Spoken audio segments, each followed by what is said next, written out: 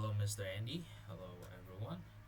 Today I'll bring you an article about AI that I've recently came across. Its name is The Dark Side of the Algorithm, the Potential Pitfall of AI in K-12.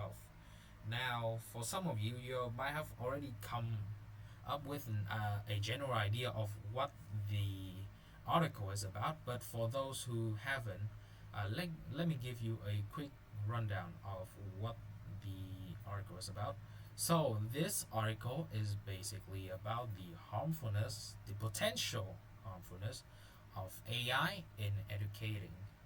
It will have two main points, which is the first one, the potential harmfulness, and the second one, how to basically mitigate the risks that it brings. So, for the first part, the potential pitfall, the risk of AI in educating, they have five small main points, which is first, bias and inequality. So, for this, basically, it is said that because an AI algorithm can only take data they are trained on from the preference of a student, it will hinders the student from diverse background and from encountering a more well-rounded selection of their materials, their more precisely their books, their work in literature. For example, we have an example here. For instance, a student's interest in historical fiction might be suggested the book the book Thief, which is a German setting one, but not Pachinko, or The Kite Runner, which is an Afghanistan one. Which this limit the this bias not only limits the exposure to diverse literacy tradition, but also reinforces the idea that um, great literature only comes from one single place from Earth, like from maybe primarily from the West, from Asian, from South, and they won't have the chance to reach out on other sources and other material. And the second one is the dehumanization of learning, which basically it is saying that AI might undermine the role of a human teacher in fostering a student's critical thinking skill and social interaction and emotional development, which are all hugely crucial aspect in education. While AI, and they also give an example, like while AI like this, the Dreambox learning can provide feedback on math problem, it cannot offer the same level of encouragement or specific guidance and real-time course correction from the human teacher. And the human touch is also exceptionally important aspect of learning, and it's ensure that the students are regarded to code isolated learning environments and learn how to balance their world. The third one, it's privacy and security threats, which stated that the student data security is paramount, and it might get leaked online and might harm them in the long run. So the school need to be transparent about the data collected by AI-powered learning platform and ensure it stores securely, so that the students won't be harmed in any ways.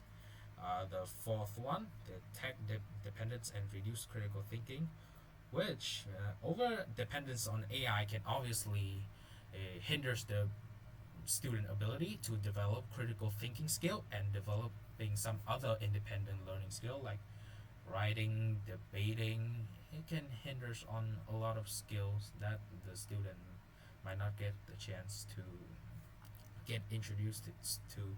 Like for instance, if you have a math problem, while it will provide the a step-by-step guide, a step-by-step solution, the student won't have the chance to do it themselves, to actually put in the effort, put in the work, and think of it for themselves. Or basically, it will avoid they will avoid the chance to actually develop their critical thinking skill. Finally, job displacement, which is also saying that it might replace an educator role in general, like in grading, in studying, in teaching. In generally, they're afraid that the AI might replace teacher role as a whole.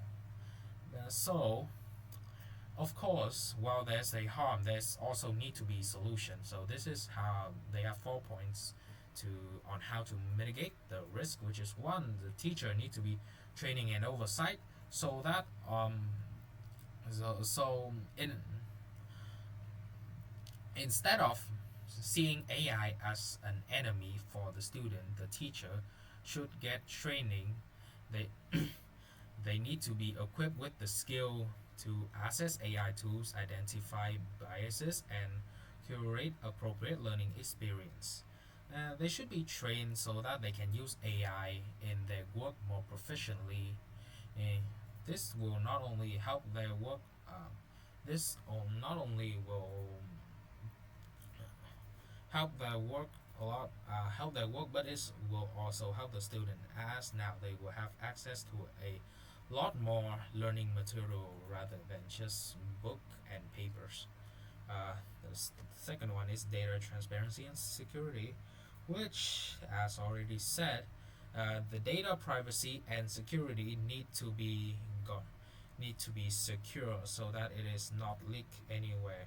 They also said schools should clearly communicate to parents and students on what data is being collected if they're actually using the AI tools in order to uh, show them some lights and not keeping them in the dark in case something bad might happen, so the student won't leak too much private information.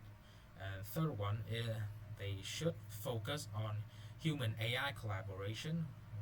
And so AI should not be replaced by teachers. It should be a tool as well as for the students. This should not be seen as an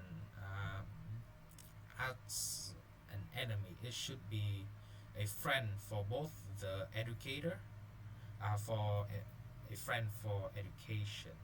Like they also have an example here. AI. We already have a lot of AI tutors like this one here, which it can provide personalized practice for struggling students, adapting to their individual needs and providing target support. So instead of just helping them straight away, they're giving them problems they are that is related to them so they can solve it. And finally, it's promoting digital literacy. Now, students also need to be equipped with the skill to critically evaluate information encountered online, so, and identifying potential biases in AI generated content and protect their piracy in the digital world, which is something that everyone should do as there's a lot, not just AI, but there's a lot of risk in online and social media in general, just the network on general. So you always have to know how to keep yourself safe and how to select, how to find the correct materials on your own. And with that, this is basically the article. And as for me, this article has really broadened my horizon on a lot of problems, especially the bias and inequality. I've never really thought of this. Like I've only seen the bright side of the problem of how they can give the AI can give me what I prefer, what my preference is, but I've never thought about it in a way that this is actually hindering my way on finding new material, other materials, breaking my out my safe space, breaking my shell to find others material, which now thinking about it, it might be pretty. It might be correct that this is a problem. Uh, Overall, this is a very insightful article, and it gives a lot of interesting points about AI.